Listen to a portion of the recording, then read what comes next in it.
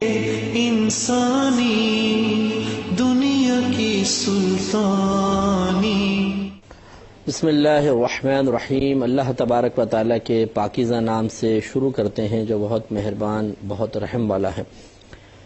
حدیث نمبر 79 چل رہی تھی، بخاری شریف کی یہ روایت ہے، ابو موسیٰ رضی اللہ تعالی عنہ اس کے راوی ہیں۔ نبی کریم صلی اللہ علیہ وسلم نے اس میں 3 اشخاص کی مثال بیان فرمائی ہے، یعنی اپنے علم، ہدایت اور اس کے مقابلے میں 3 اشخاص کی مثال ذکر کی ہے، اور اس کو سمجھانے کے لیے ایک حصی مثال کے ذریعے نبی کریم صلی اللہ علیہ وسلم نے کلام فرمایا کہ اپنے علم اور ہدایت کو بارش قرار دیا، بارش کی مثل، اور 3 اشخاص جو اس علم یا ہدایت سے نفع حاصل کرتے ہیں یا نہیں کرتے ہیں، ان کی مثال زمینوں کے ذریعے دی ہے۔ لہذا نبی کریم صلی اللہ علیہ وسلم نے فرمایا کہ جب بارش برستی ہے تو بعض زمینیں ایسی ہوتی ہیں جو پانی کو اخذ کرتی ہیں، جذب کر لیتی ہیں اور اس کے بدلے میں چارہ وغیرہ اگاتی ہیں۔ دوسری زمینیں وہ ہیں جو خود تو کوئی پانی وغیرہ جذب نہیں کرتی ہیں لیکن پانی کو جمع ضرور کر لیتی ہیں، اور دوسرے اس سے پھر نفع اٹھاتے ہیں، چاہے پینے کے سلسلے میں، مویشیوں کو دینے کے سلسلے میں، یا زراعت وغیرہ کے سلسلے میں۔ اور تیسری زمین وہ ہوتی ہے جو پانی چکنی قسم کی ہوتی ہے، نہ خود پانی سے نفع حاصل کرتی ہے نہ کوئی اس سے نفع حاصل کر سکتا ہے۔ تو یہ ہم آپ کو بتا رہے تھے کہ 3 اشخاص کی مثالیں ہیں۔ ایک شخص تو وہ ہے کہ جس نے نبی کریم صلی اللہ علیہ وسلم کے علم کو اور آپ کی عطا کردہ ہدایت کو حاصل کیا، خود بھی استفادہ کیا، نفع حاصل کیا، عمل کیا، درجات کی بلندی کا سامان کیا، اللہ کو راضی کیا، اور دوسروں تک اس ہدایت اور علم کو پہنچا کر اپنے لیے ثواب جاریہ کے دروازے کھولے۔ یہ سب سے افضل ترین شخص ہے۔ دوسرے درجے میں وہ شخص ہے کہ جس نے اس علم کو، ہدایت کو سیکھا، حاصل کیا، لیکن خود نفع نہ حاصل کر سکا بلکہ دوسروں تک اس کو پہنچایا، انہوں نے عمل کیا، تو اس طریقے سے اس کے لیے بھی کچھ نہ کچھ ثواب کا معاملہ تو ہوگا، اور وہ لوگ اس سے استفادہ کرنے میں کامیاب ہوئے۔ تیسرا وہ شخص کہ جس نے علم اس کے پاس اگر پہنچا بہرحال تو اس نے اس کی حفاظت نہ کی اور بالکل اس سے استفادہ نہ کیا اور نہ اس سے کسی نے فائدہ حاصل کیا، یہ بدترین شخص ہے۔ تو ہم یہی آپ کو دعوت دے رہے تھے کہ غور و تفکر کریں کہ ہم کون سے لوگوں میں شامل ہیں۔ اگر پہلے لوگوں میں شامل ہیں کہ ہم باقاعدہ علم سیکھا ہے، ہم نے علم کو سیکھا، ہدایت حاصل کی اور پھر دوسروں تک اسی علم اور ہدایت کو پہنچا رہے ہیں، تو ہم بہت ہی خوش قسمت ہیں اور سب سے افضل ترین لوگ ہیں۔ اور اگر ایسا ہے کہ ہم نے علم سیکھا، سکھایا لیکن خود عمل نہیں کرتے ہیں، ہاں دوسروں تک اس کو پہنچانے کا فریضہ سر انجام دیتے ہیں، یہ بھی ایک بہت اچھی بات ہے، لیکن بہرحال پہلے کے مقابلے میں کم، اور ایسا شخص قابل گرفت ہو سکتا ہے۔ اور اسی پہ کلام کرتے ہوئے ہم نے آپ کو بتایا تھا کہ علم سیکھ کر دوسروں کو سکھانا یا خود بھی عمل کرنا، دوسروں کو عمل کی ترغیب دینا، یہ بہت اچھا ہوتا ہے۔ اور اس میں ہم نے تفصیلی ذکر کی تھی کہ بعض اعمال ایسے ہیں جن کو کرنے کا حکم ہے، یعنی کرنے کی اجازت ہے، جائز ہوتے ہیں، جیسے فرض ہے، واجب ہے، سنت موقدہ ہے، اس کے بعد پھر سنت غیر موقدہ ہے، پھر مستحب ہوتا ہے، اور اس کے مقابل فرض کے مقابل حرام، واجب کے مقابل مکروہ تحریمی، سنت مؤکدہ کے مقابلے میں اساءت، مکروہ تنزیہی کے مقابلے میں یہ سنت غیر موقدہ کے مقابلے میں مکروہ تنزیہی، اور مستحب کے مقابلے میں خلاف اولا آتا ہے۔ لہذا اگر ایک شخص ایسا ہے کہ جو فرض واجب سنت موقدہ پوری کرتا ہے اور حرام مکروہ تحریمی اور اساءت سے بچتا ہے، یہ بہت ہی اچھا بڑا بعمل انسان ہے اس دور کے اعتبار سے خاص طور پر۔ اگر یہ آگے پھر سنت غیر موقدہ یا مستحب پورے نہیں کرتا یا کچھ مکروہ تنزیہی یا خلاف اولا کاموں میں مصروف ہے تو اس کی کوئی آخرت میں گرفت نہیں ہے۔ بہرحال بہتر یہ تھا کہ خلاف اولا کام یا مکروہ تنزیہی کام نہ کرتا، لیکن یہ ایسا مکروہ تنزیہی اس فعل کو کہتے ہیں جس کا کرنا کوئی گناہ نہیں ہوتا، ہاں شریعت نے اس کو ناپسند کیا ہے، اور ترک مستحب تو گناہ کیا ملامت کچھ بھی نہیں ہے، نہ شریعت اس کو برا سمجھتی ہے۔ تو ہم یہ آپ کو سمجھا رہے تھے کہ اگر کوئی شخص خود علم سیکھ کر دوسروں تک پہنچائے، مثلا 5 جائز کام پورے کرے، ناجائز سے بچے، تو نور علی نور ہے، لیکن اگر کم از کم یہ اتنا کرے کہ فرض واجب سنت موقدہ پوری کرے اور حرام مکروہ تحریمی مکروہ اور یہ اساءت سے بچے، تو بس اس کے لیے بہت ہے۔ اب اس کو یہ نہیں کہا جائے گا کہ آپ مثال کے طور پہ سنت غیر موقدہ خود پوری نہیں کر رہے، مستحبات پہ عمل نہیں کر رہے، دوسروں کو تلقین کیوں کر رہے ہو؟ یہ کر سکتا ہے بالکل، اور یہ تو میں نے آپ کو سمجھا ہی دیا کہ اگر فرض بھی پورے نہ کر رہا ہوتا تلقین کرنا تو پھر بھی جائز ہے۔ لیکن جو ہم کہتے ہیں کہ ایک شخص کی بے عملی کی وجہ سے آخرت میں گرفت ہوگی، وہ وہی شخص کہلائے گا کہ جو فرض واجب اور سنت موقدہ پوری نہ کر رہا ہو، یا حرام مکروہ تحریمی یا اصاعت فعل کا ارتکاب کر رہا ہو۔ تو یہ جو 6 ہیں چیزیں، 3 جائز اور 3 ناجائز، اگر کوئی شخص ان پر عمل پیرا ہے یعنی ان کا لحاظ رکھ رہا ہے تو وہ باعمل ہے، اخروی لحاظ سے اس کی کوئی گرفت نہیں ہے، اور اگر ان 6 میں کوتاہی ہے تو وہ ضرور قابل گرفت ہے۔ تو اس لیے اگر کوئی شخص فرض واجب سنت موقدہ پوری کرے اور ان کی تلقین بھی کرے، اور مکروہ سے بالفرض سنت غیر موقدہ اور مستحب پورے نہیں کر رہا تو کوئی بات نہیں، لیکن ان کی تلقین اس کو کرنی چاہیے۔ اسی طریقے سے اگر وہ پہلے 3 ناجائز چیزوں سے بچ رہا ہے بہت اچھی بات ہے، اور باقی 2 کا ارتکاب اگر وہ خود کر رہا ہے، مثلا مستحب پہ عمل نہیں کرتا ہے، خلاف اولا کام اختیار کیے ہوئے ہیں، سنت غیر موقدہ چھوڑتا ہے، کوئی بات نہیں، یہ اس کی تلقین کر سکتا ہے، کیونکہ اس کا مطالبہ شریعت کی طرف سے سختی کے ساتھ نہیں ہے۔ اور ہم یہ نہیں کہیں گے کہ اگر آپ خود تو دیکھیں آپ سنت غیر موقدہ پڑھ نہیں رہے، مستحب نہیں پڑھ رہے، اور آپ اب تلقین بھی کر رہے ہیں اور آپ خود عمل نہیں کر رہے، تو بروز قیامت آپ کو بے عملوں میں اٹھایا جائے گا اور آپ کی گرفت ہوگی۔ ایسی بات نہیں ہے، بے عمل جہاں شریعت بعمل اور بے عمل کا ذکر کرتی ہے وہاں وہی جو میں نے آپ کو بتایا کہ پہلے 3 کام کرنے والا بعمل، اور 3 چیزوں سے بچنے والا، 3 کام کرنے والا 3 کاموں سے بچنے والا، یہ بعمل ہے شریعت کی نگاہوں میں، اور آخرت میں بعملوں میں اٹھے گا اور اس کی گرفت نہیں ہوگی۔ اور آخری 2 جو چیزیں ہیں یہ یعنی، اور ان مثلا 3 کو پورا کرے، 3 سے بچے بعمل، ان 6 میں کوتاہی کرے بے عمل، لیکن آخری جو 4 ہیں اس طرف سنت غیر موقدہ اور مستحب، اور یہاں پر مکروہ تنزیہی اور خلاف اولا، ان پر عمل کرنے نہ کرنے سے آخرت کے اعتبار سے بے عملی کا کوئی اس کو لقب نہیں ملے گا بے عمل کا، یا اس کی گرفت ہو، سختی ہو، ایسا نہیں۔ ہاں کرے تو بہت اچھی بات ہے، اس کے عمل میں اضافہ ہوگا، لیکن جو ہم آپ کو سمجھانا چاہ رہے ہیں، امید ہے کہ آپ سمجھ گئے ہوں گے کہ شرعی لحاظ سے بروز قیامت باعمل شخص وہ شمار ہوگا کہ جو فرض واجب اور سنت موقدہ پورے کر رہا ہو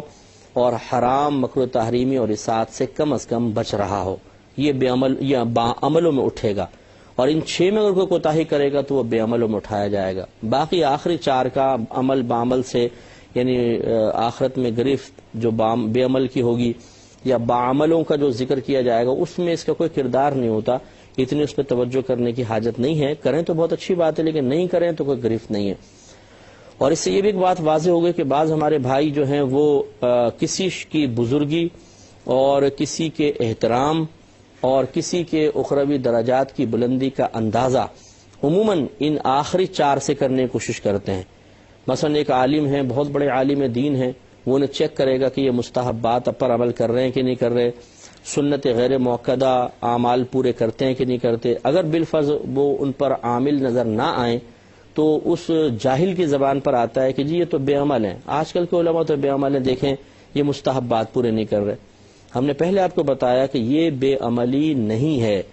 ان کاموں کے کرنے کا شریعت نے کوئی حکم نہیں دیا ہے، کریں بہت اچھی بات ہے، ہم یہ نہیں کہہ رہے کہ نہ کریں، کریں بہت اچھی بات ہے، لیکن نہ کرنے والا قابل گرفت نہیں ہے۔ جب اللہ تعالیٰ اور اس کے رسول سنت غیر موقدہ کا مطالبہ نہیں کر رہے، مستحب پر عمل پیرا ہونے کا مطالبہ شریعت کی طرف سے نہیں ہے، تو آپ کون ہوتے ہیں بیگانی شادی میں عبداللہ دیوانہ بننے والے کہ نہیں جی ہم متعین کریں گے کہ اگر کوئی عالم دین مستحبات پہ عمل نہیں کر رہا تو یہ بے عمل ہے، یہ اب احترام کے قابل نہیں ہے، ان کے ہاتھ نہ چومے جائیں، ان کو سلام نہ کیا جائے، ان کی تعظیم کے لیے کھڑا نہ ہوا جائے۔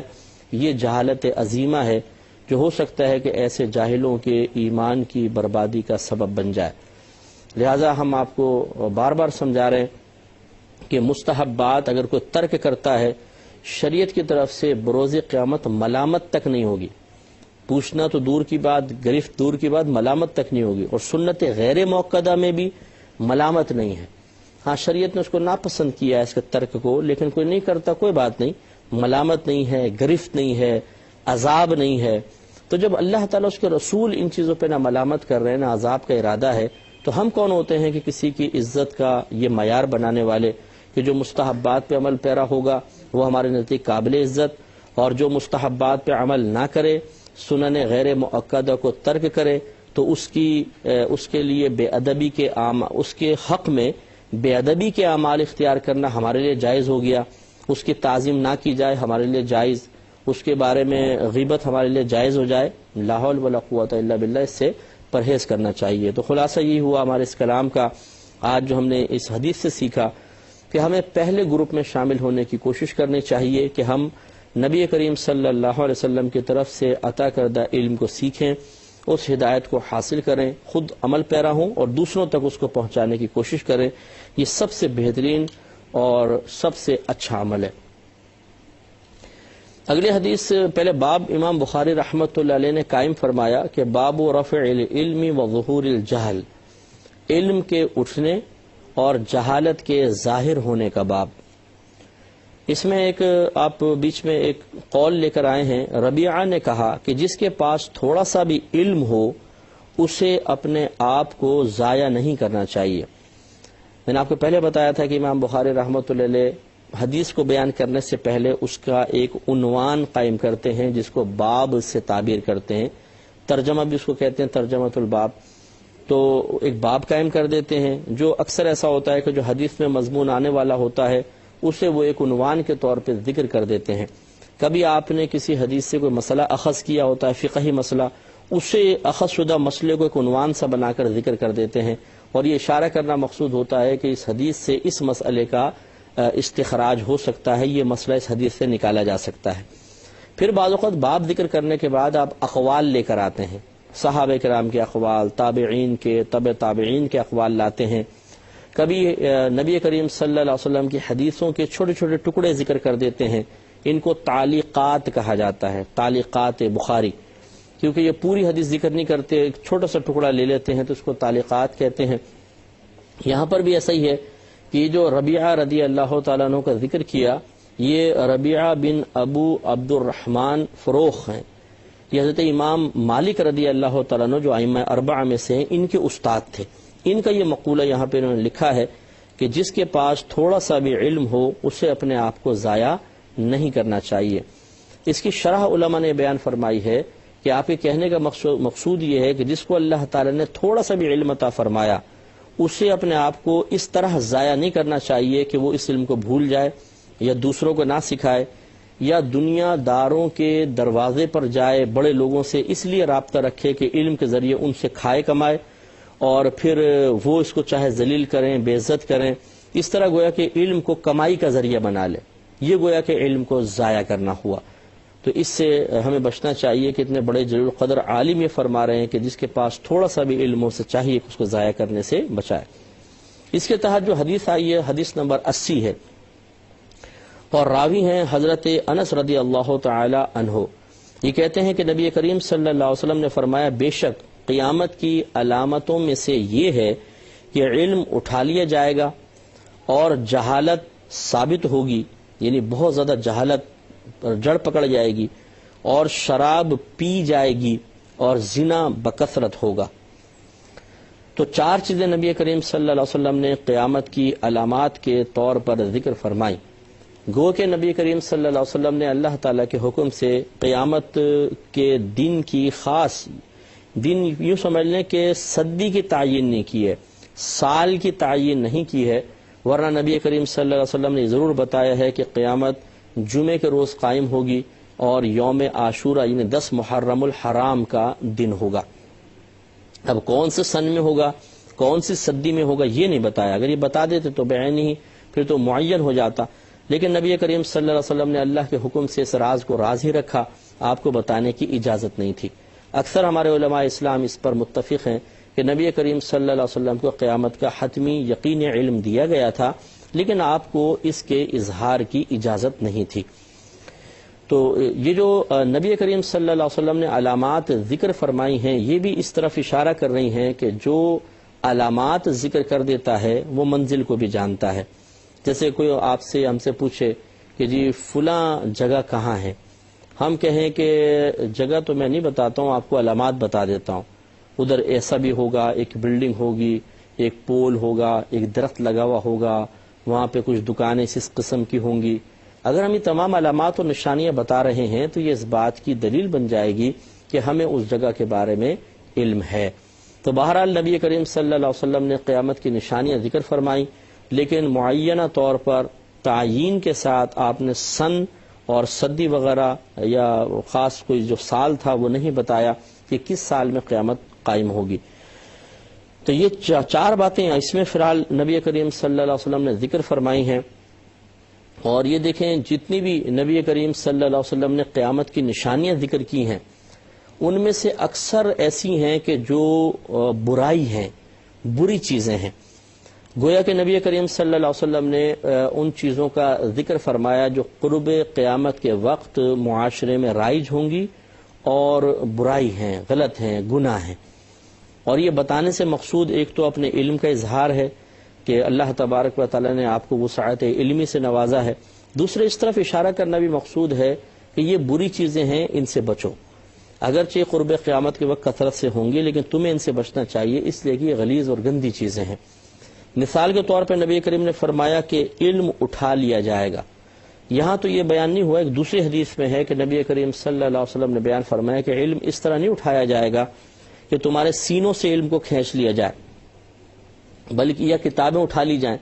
بلکہ اس طرح علم اٹھایا جائے گا کہ علماء تیزی کے ساتھ مریں گے اور ان کی جگہ لینے والا کوئی بھی نہیں ہوگا. تو لوگ جاہلوں کو اپنا رہنما بنا لیں گے اور یہ جاہل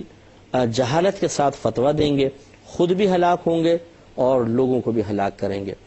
تو اس لیے اس طرح علم اٹھایا جائے گا. معلوم یہ ہوا کہ صاحب علم لوگ دنیا سے جلد جلدی رخصت ہو جائیں گے اور ان کی جگہ لینے والا کوئی بھی نہیں ہوگا، جیسے آج بھی ہو رہا ہے کہ بڑے بڑے اکابر ہمارے جاتے چلے جا رہے ہیں اور ان کی جگہ لینے والے بہت کم ہیں. کیونکہ جتنے بھی دینی مدارس میں طلباء پڑھ رہے ہیں یا طالبات پڑھ رہی ہیں، ہر ایک بہت ہی مخلص ہو کر اور اس علم کی قدر کر کے پڑھ رہا ہو یہ ضروری نہیں ہے. ہمارا عام مشاہدہ یہی ہے کہ اگر ایک ادارے سے مثال کے طور پہ 100 اسٹوڈنٹس فارغ ہوتے ہیں، ان میں سے کوئی 2-4 ہی کام کے ہوتے ہیں، باقی سارے کے سارے ایسے ہوتے ہیں جنہوں نے اکثر اپنے اوقات کو ضائع کیا ہوتا ہے اور علم سے کم حق فائدہ حاصل نہیں کیا ہوتا. اور پھر ان جو 4, 5, 6, 10 ہر سال نکلتے بھی ہیں، مثال کے طور پہ جو کریم جس کو آپ کہہ لیں، ان میں سے بھی ہر ایک عروج پا جائے اور وہ علم سکھانے کا ذریعہ بن جائے، قوم کا رہنما بن جائے، ضروری نہیں ہے. تو کوشش ہمیں یہی کرنی چاہیے کہ جب نبی کریم صلی اللہ علیہ وسلم نے نشاندہی فرما دی کہ علم آخری زمانے میں اٹھا لیا جائے گا اور اس کے نقصانات بھی ہیں، تو پھر ہمیں تھوڑا سا ذہن بنانا ہوگا کہ ہم خود بھی علم سیکھیں اور دوسروں کو سکھائیں. اور ہم اکثر ترغیباً عرض کرتے ہیں کہ اگر ہر مسلمان اس ذمہ داری کو محسوس کر لے کہ میں کم از کم اپنے یہ ذمہ داری اپنے اوپر لے لے کہ میں کم از کم اپنے ایک بچے کو عالم یا عالمہ، مفتی یا مفتیہ بناؤں گا، تو الحمدللہ کثیر اہل علم پیدا ہو سکتے ہیں. اس پہ ہم کلام کریں گے اور تفصیلی کلام کریں گے، لیکن اگلے پروگرام میں. وآخر دعوانا ان الحمدللہ رب العالمین.